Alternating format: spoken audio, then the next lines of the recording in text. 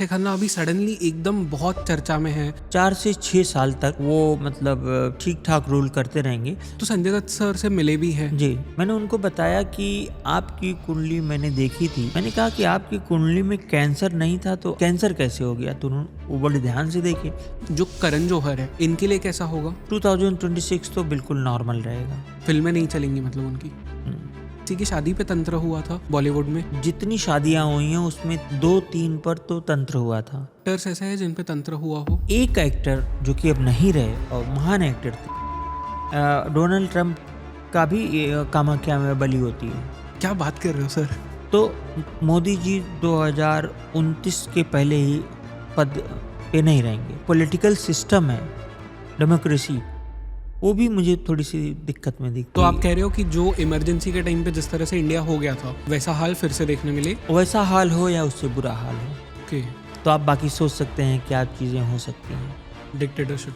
Bengal elections के बारे में क्या प्रेडिक्शन है सर आपकी? कि जहाँ पे कलकत्ता, बंगाल और बांग्लादेश में वहाँ पे मुझे बहुत कुछ होता नज़र जी, आता है। जी। हो सकता है बांग्लादेश हमको प्रोवोक करे और हमको भारत को कुछ करना पड़े, कोई कार्रवाई करनी पड़े, ये साफ साफ दिखता है।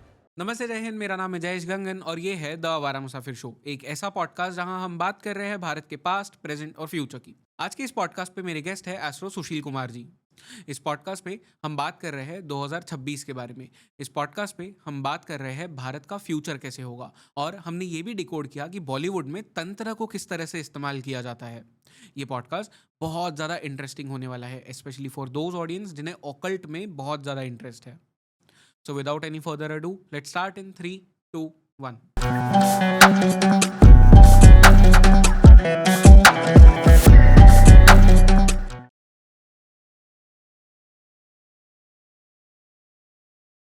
सुशील सर, आपका बहुत बहुत स्वागत है इस पॉडकास्ट पे एक बार फिर। जितने बार सर आप आते हैं पॉडकास्ट पे उतने बार बहुत मज़ा आता है आपसे बात करने के लिए, क्योंकि आप कुछ नया ऐसा बता के जाते हैं जिसके बारे में कोई बात नहीं कर रहा होता। एंड आज भी वैसे ही कुछ चीज़ों पे बात करेंगे। But firstly sir, welcome on the show. Thank you. Sir, topic जहाँ से आज का मुझे शुरू करना है, ये आपकी स्पेसिफिक विद्या जो है उससे करना है, गुप्त नाड़ी की। अब लोगों को एस्ट्रोलॉजी पता है, पराशर एस्ट्रोलॉजी जो होती है वो पता है, वैदिक एस्ट्रोलॉजी जिसे कहते हैं। गुप्त नाड़ी क्या होता है? देखिए, ज्योतिष में सबसे पहले जैसे रामायण काल में हम देखें, रामायण के समय में ज्योतिष थी, नक्षत्रों का और सब। उस समय गोचर का बड़ा महत्व था। हम्म, जैसे जब भगवान राम का ये उनका कोरोनेशन होने वाला था, उनका राज्याभिषेक, तो वो बड़े जल्दी जल्दी दशरथ जी अचानक आते हैं और कहते हैं आज रात ही जो है ये कर दिया जाए। क्योंकि दशरथ जी की मतलब उनकी भाषा में वो कहते हैं कि ज्योतिषियों ने कहा है कि अयोध्या पर बहुत अशुभ संकट आने वाला है, बहुत अशुभ समय आने वाला है, और ऐसी स्थिति में अयोध्या के लिए समय सही नहीं है। तो कोई एक नक्षत्र था, कहें उन्होंने कहा कि ये नक्षत्र कल पड़ रहा है, कल सुबह ही इनका किसी तरह से, तो जल्दी जल्दी में, जैसे मान लीजिए अचानक किसी की शादी करनी पड़े, तो वो तो आज के समय में भी जब इतना सब कुछ ब्लिंकिट और क्या क्या है नहीं संभव है, लेकिन उस समय ऐसा रातों रात सब कुछ व्यवस्था की गई। तो फिर वो रात में ही सारा का सारा जो नाटक हुआ, तो सारा उसके बाद रोहिणी संकट की अब बात आती है कि रोहिणी चंद्रमा शनि रोहिणी नक्षत्र में जाने वाला था। तो फिर दशरथ जी, ऐसा उस उल्लेख है कि वो शनि से लड़ने चले जाते हैं। अब आप ये सोचेंगे कि शनि से कैसे एक आदमी, शनि तो एक आदमी मुश्किल से 6 फुट करे। 7 फुट उस जमाने में, तो शनि इतना बड़ा पिंड है, सबसे बड़ा ग्रह है बृहस्पति के बाद। तो वो एक जो ग्रह है वो पिंड अलग है, और उनके जो मानवीय रूप हैं उनकी बात हो रही थी। उनके हर नदी का मानवीय रूप है। जैसे गंगा पुत्र भीष्म, तो इसको लोग सोचेंगे गंगा कैसे आती हैं, मतलब उसमें से कैसे निकलती हैं।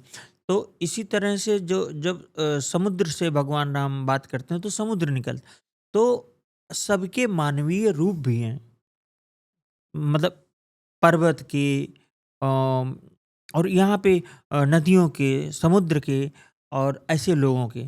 तो एक तो ये हो गया ये चीज़ें। फिर बाद में वर्तमान समय में पराशर ऋषि आए। लेकिन ये जो आपने पूछा नाड़ी, तो नाड़ी तो 150 नाड़ी पहले से ही है। एक तो ये हो गया थंब इम्प्रेशन वाली नाड़ी, इसके बाद एक हाथ से हिलाने वाली नाड़ी जो बाबा भैंगा करती हैं, तो वो तो कोई एक आदमी है, वो हैं भी नहीं, उनके बारे में कोई पता नहीं। फिर नाड़ी विद्या में ढेर सारी ध्रुव नाड़ी है, सप्तऋषि नाड़ी है और भृगुनंदी नाड़ी इस समय चल रही है बहुत ज़्यादा। इसके अतिरिक्त राहु केतु नाड़ी, मीना नाड़ी, ऐसे करके 150 नाड़ियाँ हैं। तो जो मेरी नाड़ी है उसका कोई नाम नहीं था, जब जब मैंने इसे मुझे प्राप्त हुई तो कोई नाम नहीं था। बस इसका ये था कि ये छोटे छोटे फार्मूलों पे बेस्ड हैं और ये लग्न कुंडली पर ही लगते हैं। हम्म, हमको अंदर नहीं जाना है। जैसे इसके पहले हम जाते थे तो क्या करते थे कि जो उसका षोडश वर्ग है, जैसे किसी भी कुंडली को 60 डिवीजन में किया जाए, चतुर्थांश, चतुर्विशांश और द्वादशांश, नवांश, ऐसे ऐसे करके सप्तांश, 7 अंशों। तो ये उन सब में जाने की जरूरत नहीं, कुछ ऐसे फॉर्मूले हैं और ये लग्न कुंडली पर ही लग जाता है। ओके। पर नाड़ी जो आप बोल रहे हो इसका मतलब क्या होता है एग्जैक्टली? देखिए नाड़ी, ये शब्द सिर्फ रखा गया नाड़ी। नाड़ी तो एक पल्स भी होती है। हाँ। तो वो नाड़ी यहाँ पे एक ज्योतिष की एक विधा का रूप है। ओके, मतलब एक तरीका है। एक तरीका है अच्छा। जिसमें कुंडली का, सामान्य कुंडली के हमारी गुप्त नाड़ी में डिग्रीज का मतलब है। ओके। डिग्री का मतलब है उच्च ग्रहों का, मतलब है वक्री का है कि एक घर पहले माना जाएगा नाड़ी में हमारे यहाँ, और उनकी दृष्टियां अलग अलग होती हैं और लग्न नहीं होता कोई। ओके। हाँ तो इससे मतलब आप एग्जैक्टली क्या क्या प्रेडिक्ट कर सकते हैं? हाँ, ये बात बहुत अच्छी आपने पूछी। एग्जैक्टली जो मैं सबसे ज़्यादा प्रेडिक्ट करता हूँ वो शादी है। ओके। और शादियों में पराशरी सिद्धांत तो ऑलमोस्ट फेल है। हम्म। चाहे वो मेरे गुरुजी तक हो, उन्होंने कई शादियां कई लोगों की बताई तो वो नहीं हुई।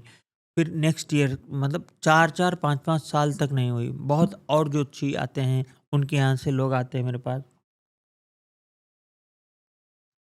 फिर वो कहते हैं इस साल हो जाएगी, फिर कहते हैं नहीं नहीं इस साल हो जाएगी, फिर अगली साल, ऐसे ऐसे कर हमारे पास आएगी। तो मैं सीधे बता दूंगा नहीं होगी शादी। अगर होगी तो मतलब इस ईयर 2028 में, 29 में। और जबकि लोग 25 में सोच रहे हैं। ऐसे भी लोग आए मेरे पास जो 25 में मान के कि अभी सुशील जी से पूछ रहे हैं तो ये बता देंगे कि इस महीने या इस साल शादी हो जाएगी। तो मैं उनको बताता हूँ 32 में शादी होगी, 2032। ओके। इतने डिले मैरिज हैं। तो उसके बहुत बहुत कंक्रीट, बहुत स्पष्ट सूत्र है नाड़ी का। अच्छा, भाई बहनों की संख्या वगैरह इस गुप्त नाड़ी में है, तो उस पर तो उतना समय देने का तो समय है नहीं। और संख्या बताने के कौन सा ये जादू, जैसे कुछ लोग जादू से अपना ये टेबल इधर कर सकते हैं, उधर हाँ। कर सकते हैं, तो इतना मेहनत करने की क्या जरूरत। दूसरा, व्यवसाय चयन में कि कौन सा व्यवसाय आदमी करे। आमतौर पर जैसे आप देखिए, कोई आदमी कोई भी बिजनेस शुरू कर लेता है। जैसे कुछ लोग रेस्टोरेंट खोल लिए, पता चला कि वो 3 महीने भी नहीं चला। कोई लोग मतलब ईंट का कारोबार करने लगे और प्लस बार का, मतलब वाइन का, बार का, और ऑटो सेक्टर में चले गए। लेकिन इन सब का अलग अलग राशि, अगर कोई व्यक्ति उससे संबंधित नहीं गया उसमें व्यवसाय में, तो वो जो कि लिखा गया है नाड़ी, गुप्त नाड़ी के हिसाब से, तो आदमी बार बार भटकता रहेगा। ओके। लेकिन ये भटकना भी कुंडली में लिखा रहता है। हाँ, तो मतलब बेसिकली आप किसी की शादी भी एग्जैक्टली प्रेडिक्ट कर सकते हैं कि 100%। कब होने वाली है। हाँ, ओके। देखिए मैं साल ही बताता हूँ लोगों को, क्योंकि महीना दिन सब बताया जा सकता है, लेकिन उसमें इतना समय लगता है तो आदमी कैसे बताएगा। ओके। सलमान खान की शादी कब होगी ये बता सकते हो वो देख के? हाँ बिल्कुल, आपने बताया सलमान खान की शादी नहीं होगी, नहीं एकदम होगी। कंप्लीट अनमैरिड कुंडली का योग है। जैसे बहुत लोग ये कहते हैं कि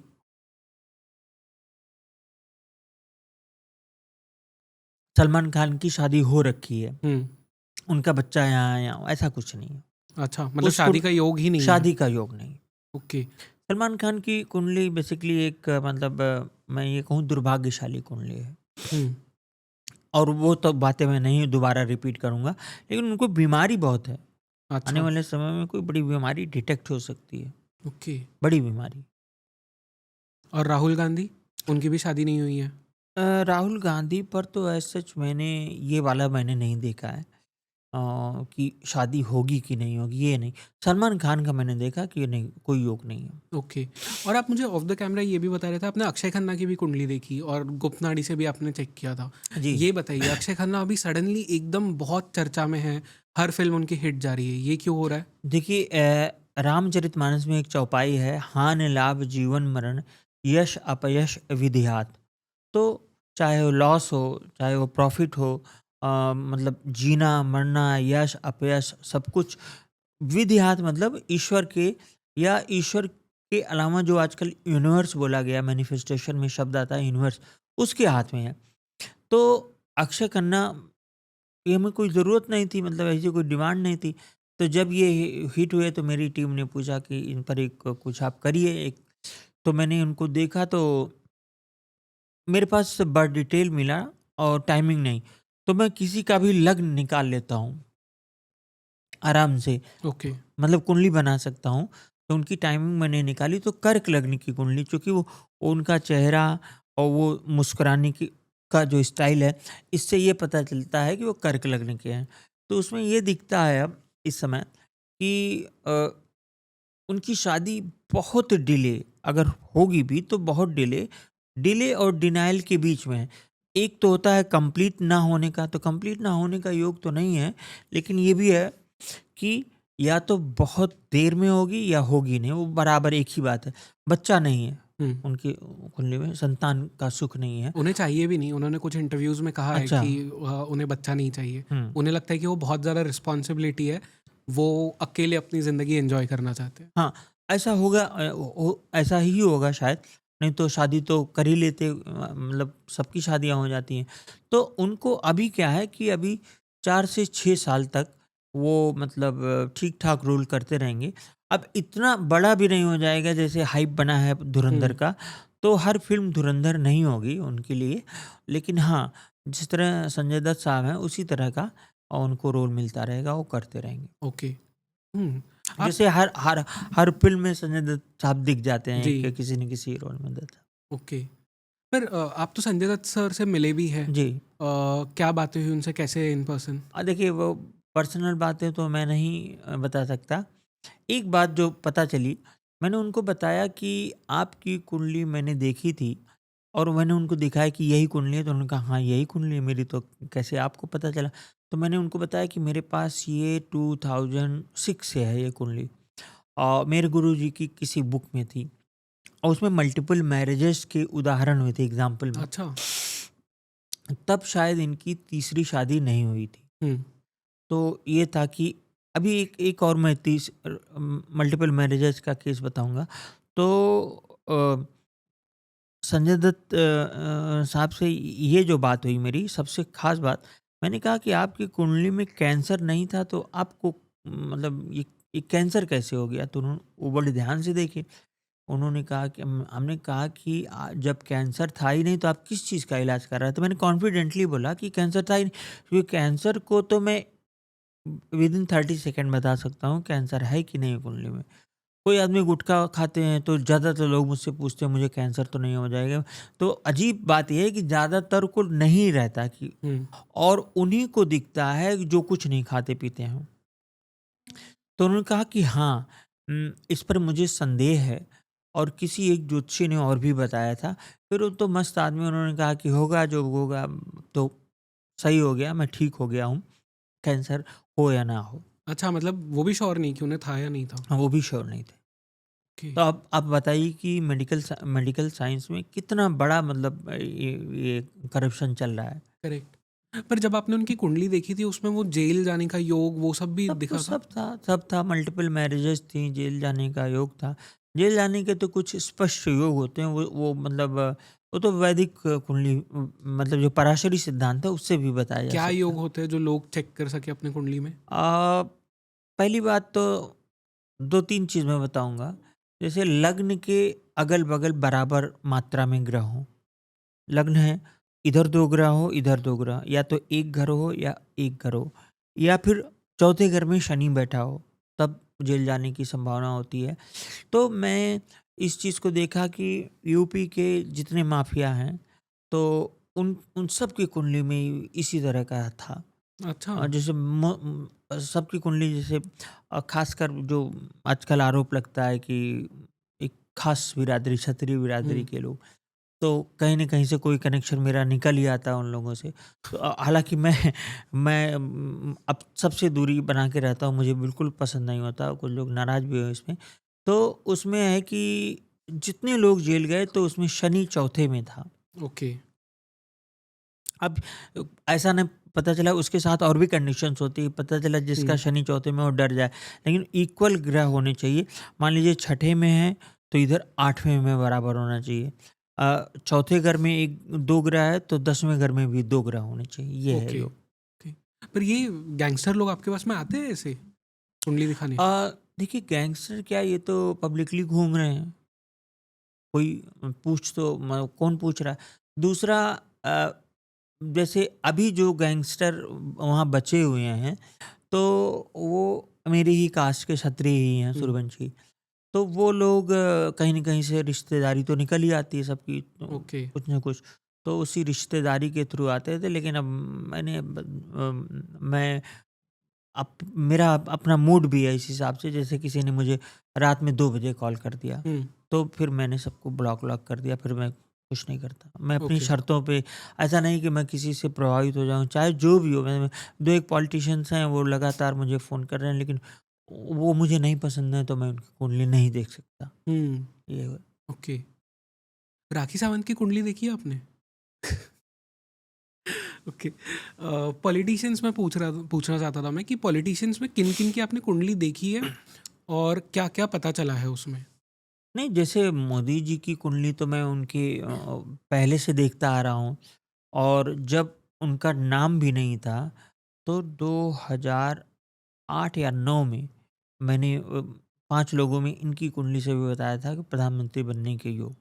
तो उस ओके। समय सुषमा स्वराज का था, तो मैंने कहा ये नहीं बनेंगी। राजनाथ सिंह को मैंने कहा था ये नहीं बनेंगे। अरुण जेटली की कुंडली थी, वो उस वक़्त मैं दैनिक जागरण और हिंदुस्तान टाइम्स के लिए प्रेडिक्शन करता था, हुँ।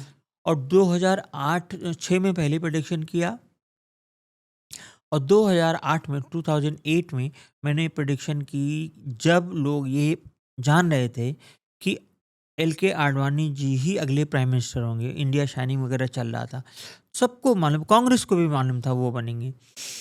तो उस वक्त क्या हुआ कि ये मैंने ये 2 भविष्यवाणियाँ करी कि लाल कृष्ण आडवाणी प्राइम मिनिस्टर नहीं बनेंगे। हालाँकि चीफ एडिटर ने उसको ग्रहों के चक्र में फँसे हैं आडवाणी, ये हेडिंग लगाई। आज भी मेरे पास पेपर कटिंग आप कहेंगे तो मैं हुँ। भेज दूँगा, आप लगा दीजिएगा। दूसरी भविष्यवाणी मैंने की, किसी महिला के हाथ में होगी सत्ता की चाबी। तो मैं सचमुच नहीं जानता था कि सोनिया गांधी के हाथ में होगी। मुझे वो महिला दिखी, हुँ। तो मैं सोचता था शायद मायावती हो, तो सोनिया गांधी के हाथ में हुई। फिर कुछ सपने आते हैं, जैसे सपने में जिस दिन रिजल्ट आ रहा था, उस दिन रिजल्ट के 1 दिन पहले मुझे सपने में दिखा कि एक लेडी, जो कि मतलब सोनिया गांधी जी से चेहरे से मिलता-जुलता चेहरा था, तो वो स्विमिंग पूल में, मतलब स्विमिंग कॉस्ट्यूम में नहा रही। तो ओके। मैंने कहा कि जब लोग सुबह जब रिजल्ट आ रहा था, तो भाजपा बहुत अच्छी तरीके से जीतती दिख रही थी। हमने कहा नहीं, कुछ नहीं होगा, यही जीतेंगे। और उस वक्त तो शायद जोशी जी भी हारते-हारते बचे थे। डॉक्टर जोशी, उस वक्त हम लोग इलाहाबाद में रहते थे। तो ये है उस वक्त, ये मैंने बताया। दूसरा योगी जी की कुंडली मैंने देखी है, अखिलेश यादव की देखी है, राहुल गांधी, प्रियंका गांधी। अब मुस्लिम मैं तो एक तरफ एक एक ज़माने में मैं पॉलिटिकल प्रेडिक्शन ही करता था, पॉलिटिक्स और सिनेमा में। लेकिन अब मुझे निजी तौर पर मैं आपको बताऊं कि मतलब चिढ़ सी हो गई है, मुझे सब एक जैसे लगते हैं। हाँ, सब एक जैसे लगते हैं। हाँ, पर महाराष्ट्र के जो चीफ मिनिस्टर है देवेंद्र फडणवीस, उनकी देखी है कुंडली आपने? हाँ, क्या उ- दिखा उसमें? उनकी कुंडली में ये है कि वो जो आने वाले फेज के न्यू लीडर पॉलिटिशियन लीडर्स हैं भाजपा में, जैसे योगी जी हुए, तो उस श्रेणी में हैं वो। ओके, मतलब फ्यूचर लीडर है। फ्यूचर लीडर हैं, लेकिन नेक्स्ट ईयर जो उनका होगा वो थोड़ा विवादों का हो सकता है, जैसे 2026। 2026 जैसे घर वर का कोई विवाद हो, फैमिली से रिलेटेड कोई विवाद हो सकता है। इसको पार कर गए तो आगे चल के वो बहुत आगे जाएंगे। बहुत अच्छी कुंडली है। पीएम बनने के चांसेस है देवेंद्र फडणवीस के? पीएम बनने के, देखिए पीएम बनने का कोई स्पेशल योग तो होता नहीं, लेकिन अगर उस लेवल का कहा जाए तो हाँ, मतलब उनकी कुंडली में पीएम बनने के योग हैं।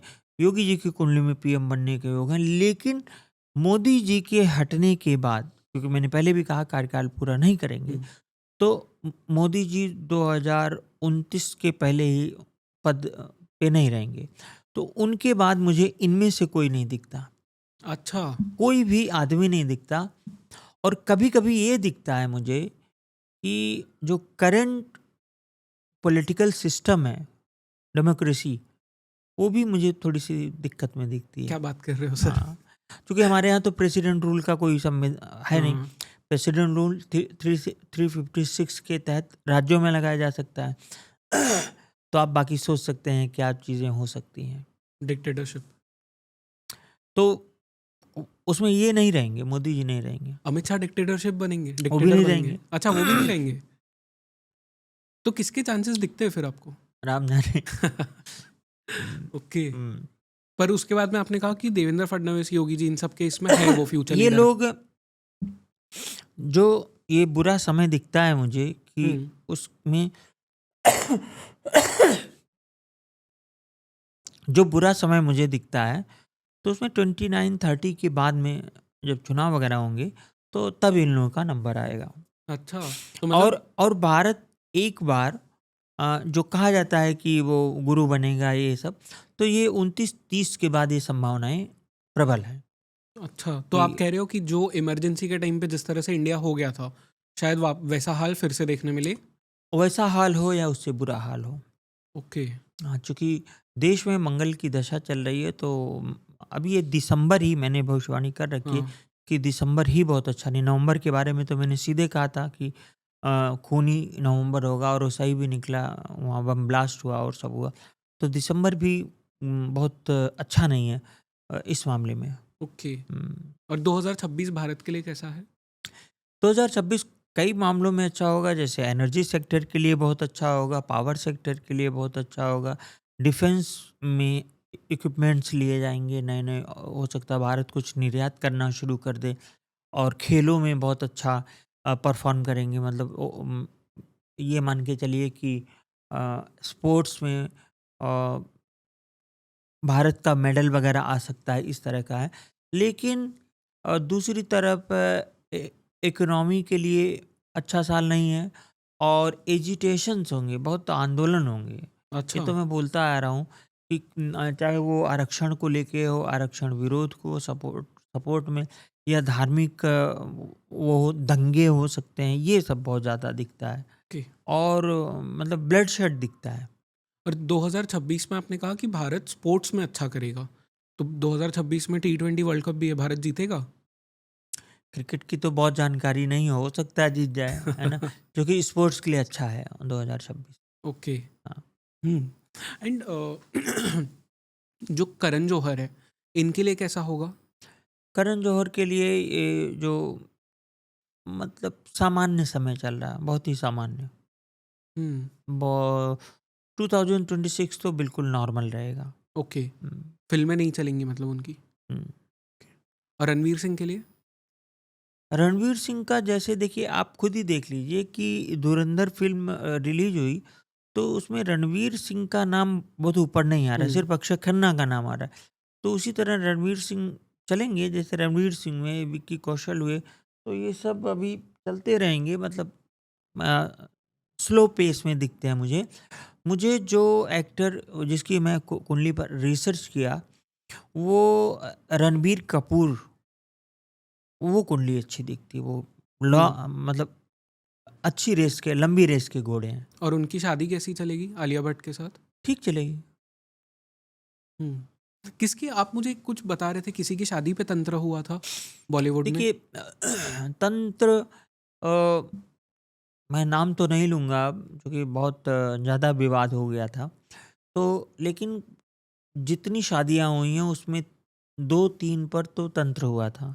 ओके। एक रिलेशनशिप में एक महिला थी बॉलीवुड की, जो कि पॉलिटिक्स में है, वो एक एक्टर के बेटे से, उस पर तंत्र उन्होंने किया था। एक जो अभी मोहम्मडन से, मुस्लिम से शादी हुई है, वो तंत्र, और वो वहाँ पर तो ये है कि एक जादूगरनी है इस तरह का। और एक एक महिला बाहर रह रही हैं, देश के बाहर, ओके। उन्होंने भी किसी पे तंत्र किया था। और ये तंत्र बड़ा ही घृणित तंत्र होता है, जिसमें मतलब बॉडी के कुछ चीज़ों को मिलाया जाता है, इस तरह का बॉडी की ब्लड। चीजों को मिला? अच्छा। हाँ, ब्लड वगैरह उसको क्या मतलब कहते हैं इसे? नहीं, ये तो मतलब इसको घृणित तंत्र ही मानिए, गंदा तंत्र होता है ये। और वो पूरी तरह से वशीकृत हो जाता है। गांव में हम लोग सुनते हैं कि कहते हैं कि इस पर कुछ कर दिया इसकी पत्नी ने, या कई बार ये कहते हैं पता नहीं क्या खिला दिया है, कई बार ये कहते हैं कि पता नहीं कौन सा जायफल चटा दिया है, तो जायफल तंत्र का हिस्सा है। तो जायफल चटाना, कुछ खिला देना, और बेसिकली इसके अलावा क्या है कि ये सफ़ेद मिठाई के अंदर ही इसको डाला जा सकता है। ओके। एक एक मतलब मैंने बता दिया इस चीज़ को कि कोई भी कहीं भी आप जाएं तो कम से कम वाइट जो भी चीज़ होगी उसको ना टच करें। और खाने पीने में बचे, चूँकि जो मेरे यूएस के क्लाइंट हैं तो यहाँ से भाई लोग गए हैं, वहाँ भी वही गंद मचाए हुए हैं वो लोग, कि वो तंत्र कर दे रहे हैं अपने बगल वाले पर। ये जैसे टेक्सास में डल्लस हो गया, और कैलिफोर्निया में बहुत सारे इंडियंस हैं, और ऐसे ओहियो में हैं शायद, जहाँ जहाँ हैं, न्यूयॉर्क में बहुत सारे इंडियंस हैं। तो इन लोगों ने वहाँ भी तंत्र बंद शुरू कर दिया है। अच्छा। और एक एक एग्जाम्पल मैं आपको बताऊंगा। दो लोग, जैसे आजकल लड़के लड़की की फोटो लगाई जाती है शादियों में, तो पोस्टर लगे हुए थे दोनों, तो एक पोस्टर गायब हो गया, तो उसी पोस्टर पे फोटो से तंत्र हो गया। ओके। और उतारने का, हम लोग के टच में हैं लोग जो उतारते हैं, लेकिन उसमें यह है कि तब एक तरह का ये ब्लैकमेलिंग हो जाता है ना, फिर राइट। आदमी जो उतारेगा वो परेशान करेगा। और तांत्रिक के संपर्क में आने से एक चीज़ और भी होती है कि फिर वो आपको, जैसे एक आरडी होता है, रिकरिंग डिपॉजिट, तो वो आपसे पैसा लेता रहेगा और आप डर के देते रहेंगे, कहीं मेरे ऊपर ना कर दे। ओके। हाँ। कौन से पॉलिटिशियन से जिनके ऊपर तंत्र हुआ हो? मैं ये तो नहीं कहूँगा तंत्र हुआ हो, लेकिन ऊपर के कोई ऐसा, ऊपर से मतलब 2-4 बड़े सारे नेता तंत्र में शामिल रहते हैं, और चाहे वो दिल्ली हो चाहे यूपी हो, सबके यज्ञ, हवन, और कामाख्या में बलि, ये सब चलते रहते हैं। अच्छा, बली हुई? इवन इवन डोनाल्ड ट्रंप का भी कामाख्या में बलि होती है। क्या बात कर रहे हो सर? डोनाल्ड ट्रंप की बली होती है कामाख्या में? डोनाल्ड ट्रंप के लिए लोग करते हैं। हाँ। हाँ। मतलब डोनाल्ड ट्रंप के पहचान वाले लोग होते हैं, हाँ, या पहचान वाले, जब जब उसको पावर में बनाए रखने के देखिए, लिए? जब नहीं, पावर में बनाए रखने के लिए नहीं, हायर किया हुआ है उन्होंने। तो जब गुड़गांव में ट्रंप टावर हो सकता है, ट्रंप की बिल्डिंगें उनके नाम से बिक रही हैं, खैर शाहरुख खान के नाम से भी अब तो दुबई में है। तो अभी ट्रंप का जो मतलब रियलिटी सेक्टर है वो नोएडा में भी आ गया है अब। तो अम, बाहर वाले बहुत इसका फ़ायदा उठा रहे हैं, बहुत अच्छी तरीके से। और ऐसा नहीं कि बाहर, जैसे मेरे गुरुजी हैं के.एन. राव सर, तो ज्योतिष में उनसे ऊपर कोई अथॉरिटी नहीं है। तो इनके जो शिष्य हैं वो ज़्यादातर यूएस के हैं, हम्म। चाइना के हैं, रशिया के तो बहुत ज़्यादा। तो अभी परसों नरसों की बात थी, एक लोग हमसे एड्रेस मांगने लगे। वो पूरी तरह से फिरंगी थे, अंग्रेज थे। मैं बता रहा हूँ कि मतलब एड्रेस मांगने के लिए अपनी वाइफ से फ़ोन करा के प्लीज़ किसी तरह दे दीजिए वो। तो मैंने पता कराया कि मैंने पहले इजाज़त ली, फिर उनको एड्रेस दिया। एड्रेस देने के बाद नो ग्रेटफुलनेस, कोई कृतज्ञता नहीं, अनग्रेटफुल, मतलब ब्लॉक करके भाग गया आदमी। हम्म। इस तरह के लोग होते हैं। हालांकि मैं ये मानता हूँ कि बाहरी लोग कम से कम वो थोड़ा ज़्यादा सभ्य होते हैं। इस तरह की चीज़ें हम लोगों में ज़्यादा होती है, लेकिन अजीब एग्जाम्पल मिले। राइट। ओके। और कोई एक्टर्स ऐसे हैं जिन पे तंत्र हुआ हो? एक्टर्स में कुछ का नाम तो मैं नहीं ले सकता, लेकिन एक एक्टर जो कि अब नहीं रहे और महान एक्टर थे, इरफान खान। इरफान खान मदारी फिल्म की शूटिंग कर रहे थे, तो उस फिल्म के डायरेक्टर और प्रोड्यूसर, एक राजकुमार नाम था, एक कामत समथिंग, और इरफान खान, तीनों लोग दिल्ली जाते हैं। और दिल्ली से लौटने के 1 महीने के भीतर सब मर जाते हैं, सबकी डेथ हो जाती है। तो दिल्ली से रिलेटेड कोई बाबा थे, और वो, उनका देहावसान हुए 10-15 साल हो गए, 20 साल हो गए। उन्होंने, उनकी आत्मा ने इन पर तंत्र किया। आत्मा ने? हुँ। और वो, उनकी कुछ सीमाएँ थी कि वो दिल्ली में ही कर सकते थे। उनके बहुत पूजने वाले लोग हैं, और उनको बुरा भी लग सकता है, मैं कभी इसलिए डिस्क्लोज़ नहीं किया। तो उनकी आदत थी, वो बहुत गंदे-गंदे काम करते थे इस तरह के, जब वो थे तब भी। हालाँकि लोग लोग नहीं मानते इस बात को। जिनके उनके शिष्य तो बिल्कुल भी नहीं मानेंगे। तो इनके पिछले जन्म में ये जो तीनों लोग हैं, इन्होंने अ, गुरु का, जो गुरु थे उनका मर्डर किया था। ओह। तो उन्होंने मारा, और ये मुझे एक बहुत बड़ी हीलर से बात पता चली।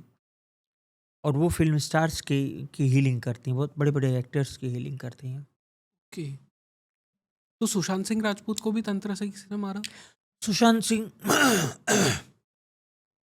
देखिए, मारने के लिए भी तंत्र होता है। अब जैसे एक पॉलिटिशियन थे, यूपी के चीफ मिनिस्टर थे वीर बहादुर सिंह। बाद में वो इंडस्ट्री मिनिस्टर हो गए।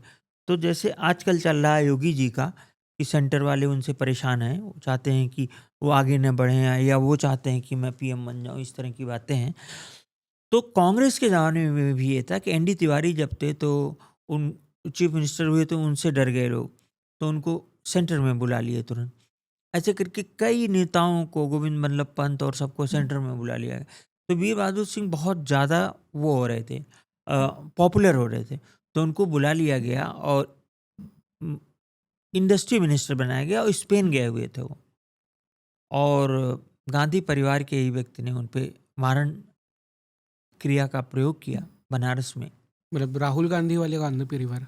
हम्म, बनारस में किया, और वो प्लेन में ही डेथ हो गई उनकी, उनकी बॉडी उतरी।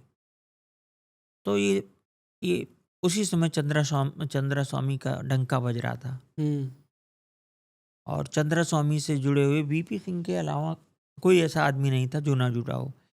वीपी सिंह और एक राजेश पायलट, जो जी। इस समय जो पायलट कर, सचिन पायलट के सचिन फादर, पायलट के ये दो पिताजी। लोग बहुत रैशनल लोग थे। इन्होंने मतलब चंद्रा स्वामी को खूब डांटा था। ओके। तो सुशांत सिंह राजपूत के ऊपर भी ऐसा ही किसी ने कुछ किया था? सुशांत सिंह राजपूत के ऊपर तंत्र हुआ, लेकिन जिसको लोग समझते हैं वो लड़की नहीं थी। वो एक्ट्रेस? वो एक्ट्रेस नहीं थी।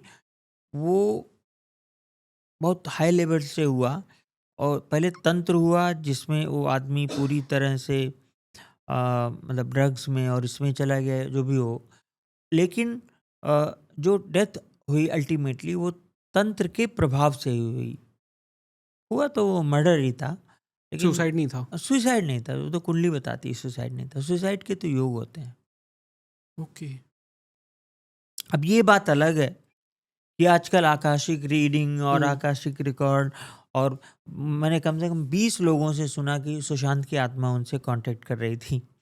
तो इतना भी मतलब सुशांत सिंह इतने भी एक्टिव नहीं है मरने के बाद कि हर किसी से कांटेक्ट ही करता फिरे। पर लोग होते हैं एक्टिव मरने के बाद? बहुत रेयरेस्ट ऑफ रेयर हो सकते हैं, और वो एक दो आदमी से संपर्क कर सकते हैं। सबसे संपर्क करने का मतलब पूरी तरह से झूठ, कोरा झूठ बोला जा रहा है अपना प्रोडक्ट बेचने के लिए। सब एक लेडी तो उसने हद ही कर दी, मुझे नाम भूल गया वो।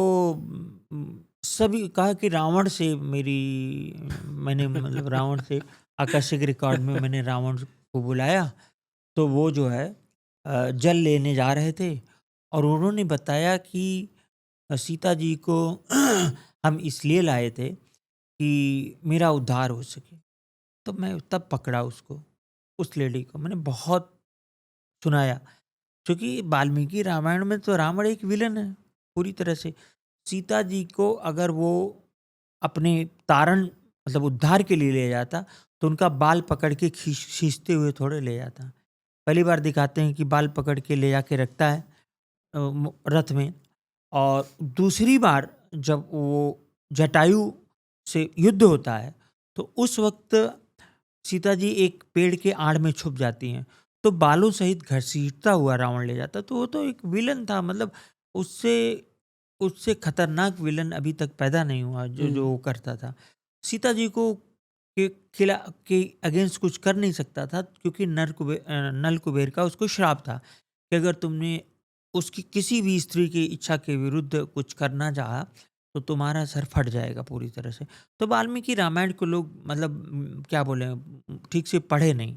राइट। आज भी हनुमान जी को उड़ता हुआ दिखाते हैं, पर उसके लंका जा सीधे, रहे हो तब हाँ, लेकिन वो सीधे तैरते हुए जाते हैं। तैर के जा रहे थे? हाँ, तैर के। उड़ने वाली कोई इस तरह का कॉन्सेप्ट ही नहीं है। अच्छा, तो असली लंका है किधर? असली लंका कहीं नहीं है यहाँ पे। ये जो श्रीलंका है और वो लंका थी, ये श्रीलंका भारत से ही जुड़ा हुआ सिंगल द्वीप था। ये जब हम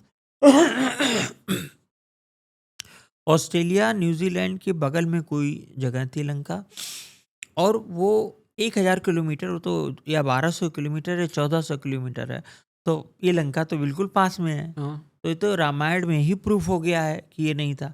रामेश्वरम बिल्कुल ये सब प्रूफ हो गया। तो बाकी क्योंकि रामायण की कहानी बहुत पुरानी है, उससे संबंधित मेरी जानकारी में कोई साक्ष्य नहीं है, सिर्फ प्लेसेस हैं। तो राम सेतु क्या है फिर? राम सेतु क्या है फिर? नहीं, वो राम सेतु नहीं है। जो दिखता है वो राम सेतु नहीं है? नहीं, बिल्कुल नहीं, वो राम सेतु नहीं है। जबरदस्ती किसी चीज़ को मतलब हमारी श्रद्धा हो सकती है, लेकिन जब राम सेतु बना था, और रामायण में उल्लेख है कि विभीषण कहते हैं भगवान इसको प्रभु इसको अब तोड़ दिया जाए। उल्लेख ये है कि वो जो पुल बना था उसमें जो दिखाया जाता है कि पत्थर राम राम लिखा गया और उतारे, ऐसा भी वाल्मीकि रामायण में उल्लेख नहीं है। ओके। उसमें बहुत कुछ एकदम क्लियर कट उन्होंने लिखा। विष्णु के अवतार हैं भगवान राम, इसमें कोई शक नहीं। वो रावण को मारने के लिए ही आए थे धरती पर, ये वाल्मीकि रामायण स्पष्ट वाल्मीकि जी करते हैं। लेकिन उन्होंने कोई चमत्कार वमत्कार नहीं दिखाया, वो एक मानवीय रूप में दिखाया, और मानवीय रूप में अजय योद्धा, मतलब उन्होंने जितने लोगों का वध किया इस सृष्टि में और कोई नहीं किया होगा। तो ओके। जब वो पुल लकड़ी से और टहनियों को काट काट कर इस तरह बना था, अच्छा। तो उसको नल सेतु कहते थे बेसिकली। जी जी जी, नल नल, सेतु। क्योंकि वो इंजीनियर थे उस वक्त हाँ, के। नल नील थे, लेकिन नल सेतु नाम था, राम सेतु नहीं था। ओके। अब तो चूंकि ये बातें फैल गई, तो मुझे आश्चर्यजनक ये लगा कि उस समय जो सबसे ज़्यादा जिन्होंने इस चीज़ को आगे बढ़ाया था डॉक्टर मुरली मनोहर जोशी को। तो डॉक्टर जोशी फिलॉसफी फिज़िक्स के प्रोफेसर थे उस वक्त इलाहाबाद में, हम लोग जब थे उस वक्त थे। तो एक फिज़िक्स के प्रोफेसर रहे और अच्छे प्रोफेसर थे, और रहने के बावजूद उन्होंने भी रामायण पूरा नहीं पढ़ा था। ओके। अगर पढ़ा होता तो वो उस पर दावा न करते। तो जो कांग्रेस ने ये लगाया कि काल्पनिक चरित्र, तो ये तो बहुत ही घटिया बात है कि काल्पनिक चरित्र कैसे, वो तो राम हमारे इतिहास हैं। लेकिन राम सेतु जो है, हाँ, वो कोई ढांचा नहीं है। ओके सर, आप जब तंत्र की बात कर रहे थे, आपने एक और चीज़ बताई थी, वीएचयू वाला तंत्र का जो केस था। हाँ, तंत्र में एक ब्रह्म राक्षस शब्द है, या एक एक टॉपिक है, ब्रह्म राक्षस कॉन्सेप्ट है। तो उसमें जो कहा जाता है कि जो ब्राह्मण की हत्या या अकाल मृत्यु होती है तो वो ब्रह्म राक्षस हो जाते हैं, और विशेषकर सभी ब्राह्मण नहीं, जो विद्वान ब्राह्मण हो। तो ऐसा होता है कि ब्रह्म राक्षस जैसे किसी के घर में आ गया, किसी के ऊपर, तो वो क्या करेंगे कि इधर से जब पूजा होगी शांति के लिए, जो जो भी मंत्र पढ़े जाएंगे तो उसका वो सीधे सीधे जवाब देता है, सामने से दिखाई देगा। तो मेरे एक रिलेशन में थे, मेरे पापा के सामने की बात है, क्योंकि पापा मेरे बहुत रैशनलिस्ट थे, वो सब चीज़ों को नहीं मानते थे। तो उन्होंने कहा कि भैया, ऐसा हुआ कि फलाने थे, वो प्रोफेसर थे, जिनको ब्रह्म राक्षस ने पकड़ा था, वो प्रोफेसर थे। तो वो क्या करते थे कि उस वक्त गेहूं का सीजन था, तो हमारे यहाँ चावल, धान का सीजन था, चावल बहुत होता है अयोध्या साइड में। तो उन्होंने क्या किया कि चावल निकाल के रखा हुआ था धान से, तो वो खाते गए खाते गए खाते गए, मतलब कई कुंटल चावल उन्होंने 2-3 दिनों में ख़त्म कर दिया। क्विंटल? कुंटल, ये मुझे अभी भी याद है, मैं उस वक्त बीएससी प्रीवियस ईयर में था। उन्होंने कहा, तब सबको लगा ये सबसे बड़ी निशानी मानी जाती है, वो सब कुछ खा सकता है। मतलब वो घर को, एक आ जाता है कि घर को दरिद्र बना देंगे। तो उन्होंने, बीएचयू के ही एक प्रोफेसर ने शांति करी, और जब उनके पास गए तो उन्होंने भगा दिया कि ये सब नहीं करता। उन्होंने कुछ अगरबत्ती ली और पर्दे की पीछे से बस कोई सिंपल सा कुछ किया। मुझे मुझे दुख है कि मैं उस वक्त उनका नाम नहीं जान पाया कौन थे वो, और वो एक ही दिन में उन्होंने काबू पा लिया और वो चला गया राक्षस, ओके। और वो बच गए। हालांकि जिन्होंने ये कहानी बताई थी, उनकी कैंसर से डेथ हो गई। तो ये भूत प्रेत ऐसा आपके कभी पाला पड़ा है? नहीं, मेरा तो नहीं पड़ा है।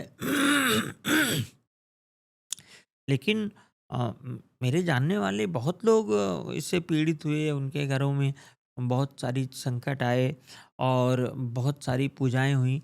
लेकिन दो चीज़ें होती हैं, एक तो ये साइकेट्री का एक मामला होता है, एक होता है भूत प्रेत। दोनों के बीच में इतनी इतनी पतली लकीर है कि वो कठिन, समझना बड़ा कठिन है। तो मेरा मानना है कि 50%, 60%, 70% ये साइकेट्री के इशू होते हैं। ओके। क्योंकि पापा कहा करते थे, उन्होंने बहुत बढ़िया बात कही कि एक आदिवासी जो कि मान लीजिए अंडमान में रह रहा हो, उसने कभी प्लेन ना देखा हो। उन्होंने कहा कि हमारा दिमाग इतना शातिर है कि जो कभी प्लेन ना देखा हो उसको प्लेन दिखाई दे सकता है। तो उसी तरह भूत प्रेत भी हो सकते हैं।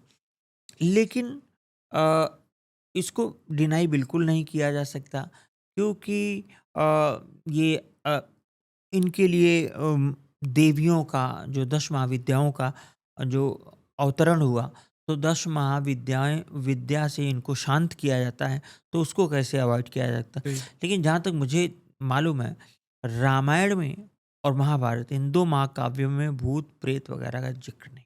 ओके। एंड राक्षस जो होते हैं, ये आज भी जिंदा है? हाँ, राक्षस आज भी जिंदा है, ये तो कहते वक्त मुझे डर लग रहा है, क्योंकि जो असुर हैं, राक्षस तो मैं नहीं बोलूँगा, वो असुर हमारे आपके बीच में ही चल रहे हैं। ओके। ये कोई कॉन्स्पिरेसी थ्योरी नहीं है, इस पर मैंने बहुत लोगों से बात की, कुछ बहुत मतलब जो अवेकन सोल्स थी, उन्होंने मुझे बताया कि जैसे एक ब्रिटेन ही इतना एक्टिव कैसे हो गया कि वो पूरे दुनिया पर उसने कब्जा किया। जबकि सिसरो लिखता है, एक सोशलॉजिस्ट कम फिलोसफर था, सिसरो ने लिखा कि जब भारतीय संस्कृति और सभ्यता अंगड़ाई ले रही थी तो ब्रिटेन के लोग जंगलों में नंगे घूमते थे, पत्ते अपने उस पर पत्ते पहन के, और उनको टॉयलेट करना नहीं आता था, कटोरियों में करते थे। ये साफ साफ, मतलब सिसरो वहीं का आदमी है और यूरोपियन था, तो उसने साफ साफ लिखा है। तो ऐसा कैसे हो गया? तो जो मेरे एक, मैं नाम उनका नहीं लूँगा, वो ज्योतिषी ही हैं, यूएस में हैं, तो उन्होंने मुझसे कहा कि ये लोग धरती के नीचे, ज़मीन के नीचे जो पाताल कहा जाता है, पाताल की भी बहुत अवधारणाएँ हैं कि अमेरिका में है ये वो, तो धरती के नीचे रह रहे असुरों से इनका कनेक्शन था, हम्म, ब्रिटेन के लोगों का। ब्रिटेन के लोगों का। तो इन्होंने, बताइए, कोई ऐसा देश नहीं, एक एक कोई जापान या कोई ऐसा देश था छोड़ के, नॉर्वे शायद, और इन्होंने सब पे कब्जा कर लिया। कैसे कर लिया बताइए? मतलब कोई ऐसा देश नहीं जो इनको, मुगल तो नहीं कर पाए, मुगल पूरे इंडिया में ही नहीं कर पाए, वो छोटी छोटी जगहों पर उनका था। तो वो उनको राक्षस माना जाए तो वो एक तरह से राक्षस ही थे। लेकिन जो ये राक्षस है, उनको उनका कनेक्शन था।